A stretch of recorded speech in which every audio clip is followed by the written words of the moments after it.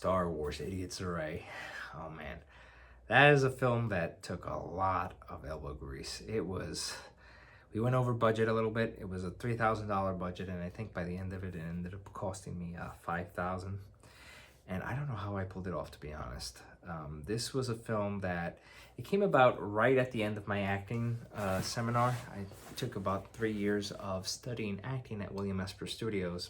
And at this time, The Force Awakens was coming out, and people were excited for Star Wars, and I kind of wanted to jump on that. Now, Star Wars is something that I have loved all my life, and I don't mean just like a fan. Like, I was into it in the 90s when it was not cool to be into Star Wars, and it was something that, like, you know, I know very well. I know the lore, I know all the aspects of it, I know the reality of it, and so making a Star Wars film is something that, in many ways, I knew I could capture. The hardest part was the environments, you know, and how to take this very big budget concept and make it small. And so, you know, I thankfully was able to utilize a lot of volunteers from my acting studio. They were all excited to utilize what they learned from William Esper and to just be on set. And I had enough experience at this point to hire the right people that could make a professional experience. So again, I hired Eddie Bernard, my DP from my previous 2 films, and he brought a lot of the gear and a bunch of people to help me out who he usually would shoot out and do reality TV with. And yeah, it was not easy because we shot at Hudson Yards Station. We shot at which was just being built at that time, and so it had the very futuristic look in New York City. And then we rented out a bar in New York City as well. A friend was able to lend us it for after hours, but that meant shooting through the whole night. I was able to get a hold of a cosplay Boba Fett, and yeah, you know, this was a place where I was also acting and directing, something that after this film I knew I did not want to do again, just because so much of this film, there's so many places where if I had been behind the camera more, I knew the mistakes would not have been made.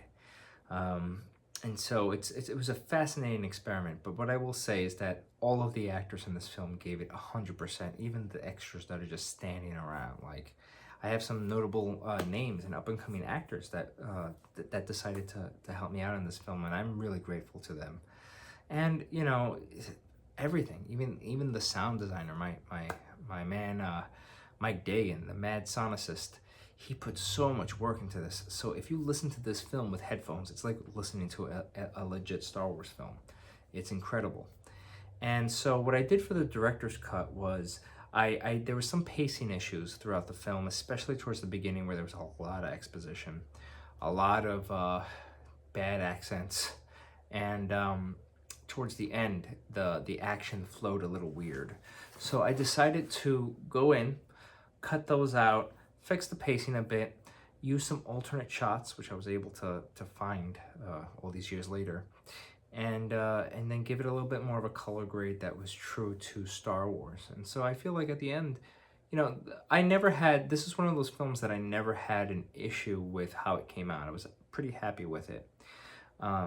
Yes, there was some inconsistent lighting. Once again, we were shooting on the Canon 5D Mark II and Mark III. We used multiple cameras on this one. It was something that I felt that it could have looked more realistic, but at the time, this was before people were making Star Wars fan films. There was only like 2 films that had come out that actually looked legit. You know, everything else was, again, pretty wonky looking. And so Idiots Array was able to garner quite a bit of views on YouTube. I think we got over 20,000 views. And, you know, it's very lore heavy, so we wanted to make the film work within the Star Wars universe. And this was before Disney Star Wars was a thing, you know? I think it still kind of works to some degree. So with all of that being said, let's go through it. There were highs and lows, but for the most part, a lot of love that went into this film. So I avoided the crawl here and just wanted to go straight to it a la Rogue One. So we got an external picture of Taris here. And then this is a pre-rendered video that I bought that was royalty free. So it was the closest thing I can get that was accurate to Taris. and this is Hudson Yards. And what's kind of cool about it is if you listen to the background, you can hear my good buddy Christopher Cardos playing General Thrawn. So there's all these little Easter eggs that we put into this film. All the signs that are masked here, they have little, they really translate to things in Arabic, which is the Star Wars language. And there's, a little backstory here where, Eno brought Quip his ship to repair, and when he came back, the ship was missing, and the Imperials were after Quip for being a rebel. And the background is that Quip actually gave the ship to the rebels, and he was trying to swindle Eno. And so from the very beginning, their relationship is kind of a tense one. And Angel Cordero, he's one of my classmates at William Esper. He did a great job really trying to bring Quip to life. The accent was terrible, but it's something that I was going to write into the story later on, that he's trying to hide where he's really from. And so, people are going to point out, it's like, that's a terrible Coruscanti accent. And so in this scene, it's just a lot of exposition. And this is something that, looking back, it's not super interesting. So most of what they're saying is going to go over people's heads, and because it's lit kind of poorly, it's not really a super great scene. So I actually ended up cutting it. It gives enough background, and it's interesting enough. This was actually the first scene that we shot, so there was also a lot of flubs in the acting. So I decided to just cut it right about here. And yeah, that's where I did a cut on the dialogue, and then just moved in. And so all of the Arabic in this is real. In the background is one of our producers, dressed up as an alien. And we really, like, all of these costumes we put together out of nothing. It was really incredible how we were able to pull this off. Just some cloth for a poncho and a pilot outfit for Quip. So this is one of my favorite scenes. There's so much going on. We got Johnny Lee, who you'll see later on, playing the Bith. In this shot, you got a couple of names. All the way to the right is Mikela Rubinstein, who is an actress and model. You got Priya Devi Bond over there, as well as a whole bunch of different actors that, they gave it their all. Again, the excitement that they had after William Esper, they each crafted a unique character. And, the music here, by the way, was done by Michael Klubertans, and he did such an incredible job. And then Mike Dagan just filled it with tons of sound design. I got several of the actors in post to do all of these, the noises for the crowd and whatnot. So it really makes the place feel very full. In this shot, we got my producer here with the glasses. He's one of the producers of the film. In the center here, we have Zoe Cypress. She just started on a new TV show, Rescue High Surf, so go take a look. And she is actually supposed to be an Imperial spy, but we never got to shoot a secret ending that we really, really wanted to do with her and Agent Callis. And so the whole thing, it was so frustrating because we spent a long time rehearsing it. If you listen to this, Zoe, sorry, but hopefully we'll work together in something in the future. In the background, I look at that Buddha, and we dressed it up with a robe to try to make it look a little otherworldly. But if you look at the background, in one of the shots, you will see the mask for the Plague Doctor Vigilante from my first short film. It's a little nod, a little Easter egg. Don't worry, I've got this, and now all this will be behind us. A man's freedom's a large price to pay. This is Michael Fliske. Did an incredible job. Just an incredible actor. But I really wish that I was behind the camera more because, again, standing around and just having your arms crossed is not enough direction. It physically closes off the actor. And the room was tiny, so it's something to be aware of if you're directing your own film. You can spot that mask in the background behind Ublaman again. Now this shot is one of my favorite in the whole film, and if you watch Mandalorian Season 2, there's a similar shot with Timothy Olymph where he puts the Boba Fett helmet armor on top of the table and drinks a blue drink. And I can't help but think that, maybe they got the idea from here. There's a little bit too many coincidences, just saying. And playing Ublaman is my good buddy Aaron Menio. He did an incredible job just bringing the physicality of that character to life, especially with the mask. And again, kudos to Mike Dagan to make the voice sound the way that it does. Like, if you were to compare this to the original Star Wars, he sounds exactly like that character.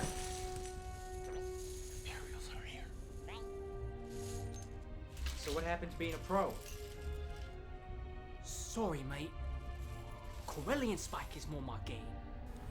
So I really shouldn't be telling you this, but if you look at me in the background, sometimes you will catch my lips moving because I am directing while I'm acting. And so I'm living vicariously through the characters.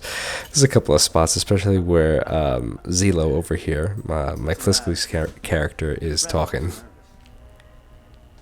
How about this? Now, a lot of these shots, we actually ended up, since I was in front of the camera, Eddie Bernard and his partner, Tom Bolschwitz, they shot this almost documentary style. So if you actually were to look at the rough footage, there's a lot of push-ins, a lot of pull-outs, and they did it so that they can get me as much coverage as possible, because I didn't shoot coverage for this film. I actually just shot certain angles and that's it. And so there's no cutaways. It's just what I storyboarded. And this is something going forward that I realized I really needed to do. Now, all the sound design here that we take for granted, the sound of the metal pieces, the sound of the footsteps on metal, just, again, Mike Dagan did an incredible job. And that is the voice of my good buddy, Christopher Cardos.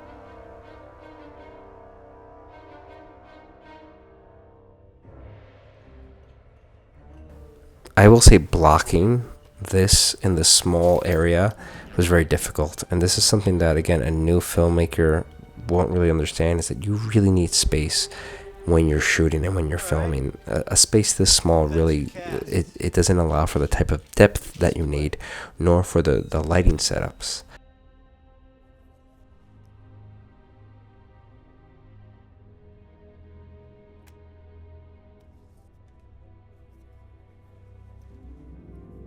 You'll actually see here different lighting. Like, look at Zoe's eyes. They're very unflattering.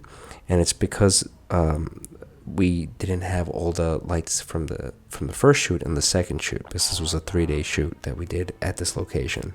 And so we just had to make do with what we had.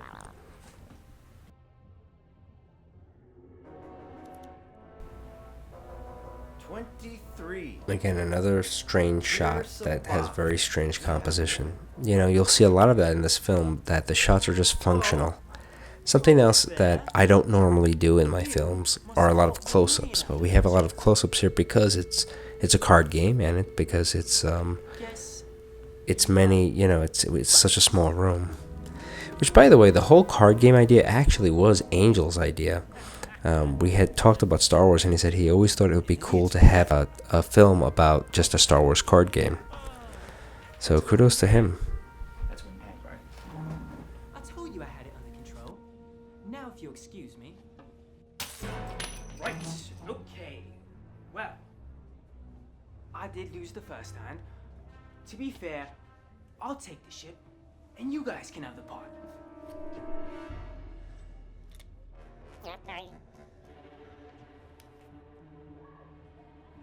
Well, you see, my boy, the ship is the problem.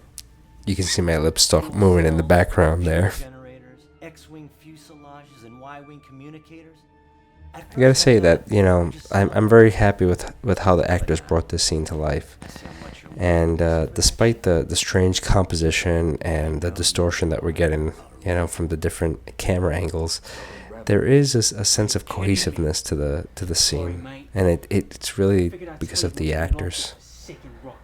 They really, like, every take was they delivered a sense of reality in every one of their takes, and their continuity was really good. And it's hard because there's a lot of things going on in this scene for the continuity. The Empire's on their way, and they pay pretty well for rebel leads. Take them upstairs.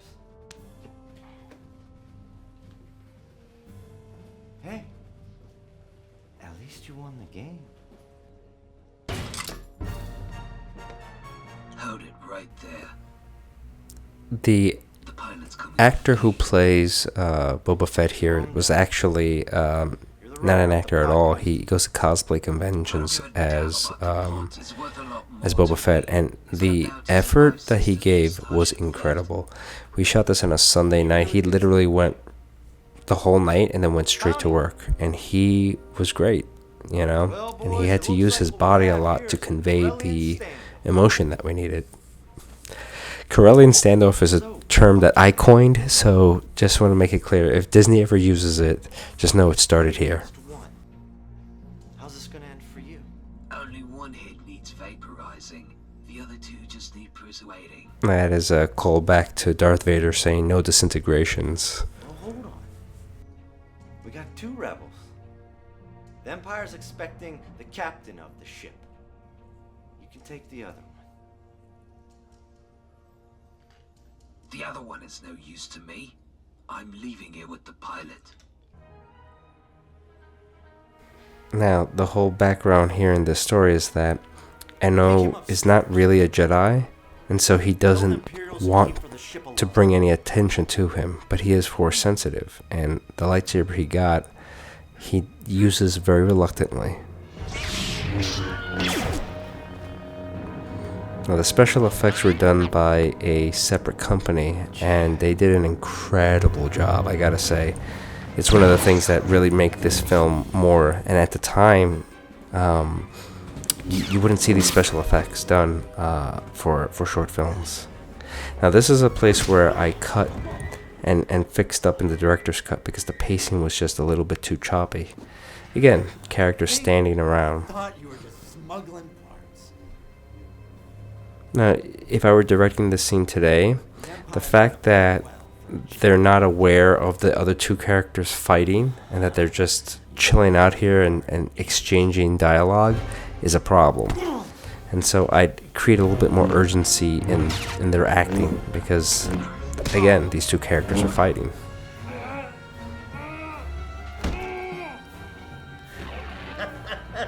All of this was choreographed right in the moment. And that smack was real. I really took a back fist to the face. But, you know what? We were all tired. We were all exhausted. But that moment, the back fist to the face, it completely raised everyone's morale. Not really sure why, but, you know, I guess it's one of those moments that are needed on set.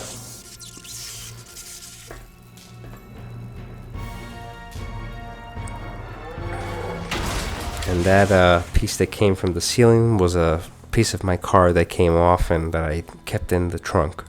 So, again, sound design here of like the open vent and the special effects of the dust. It was another unique situation. Quit, we gotta go. We gotta go now. Oh, by the way, I thought of a better name for the ship. The Second Chance.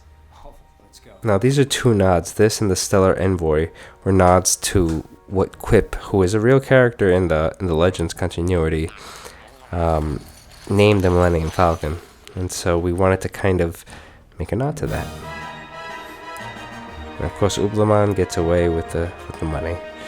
So, you know, all in all, I think we told the story as best as we could with the budget that we had and with the resources that we had. Again, I wanted to do the secret ending and what would happen is after. And so after the credits roll, we would get the secret ending where the camera would follow these Imperial boots as they walk through the chaos and all destruction that Quip and Eno caused in the cantina, and he would come up to one of the arms of the guards that got cut off, and the camera would follow up to see and reveal Agent Callus as the one that's investigating this incident. And so then Zoe's character would come in and kind of debrief him and be sent by Callus to sort of infiltrate the 2.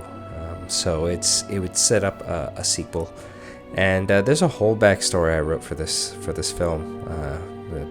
about Eno's character, with Quip's character. But now with the state that Disney is in, with Disney Star Wars and a lot of the things that they've done, I think it's best to kind of take a hands-off approach. I also want to take the time to note that on the shoot at Hudson Yards and then the shoots that were in the cantina, my sister and my good friend Christopher Cardos were directing. So Cardos directed the Hudson Yards scene, and then my sister Daniela Maximilian Almeda, she's also a working actress that has been in several films. You can go look her up as well.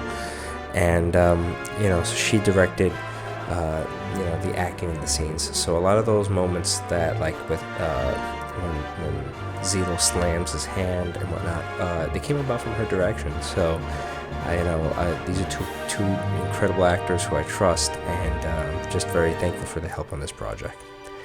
All right, guys, so with that being said, thank you for your time, thank you for watching, and don't forget to like, subscribe, and put the bell notification, because we got some new stuff coming out, and I got some news on my feature film, so I want to bring that to you guys this coming winter. Stay tuned.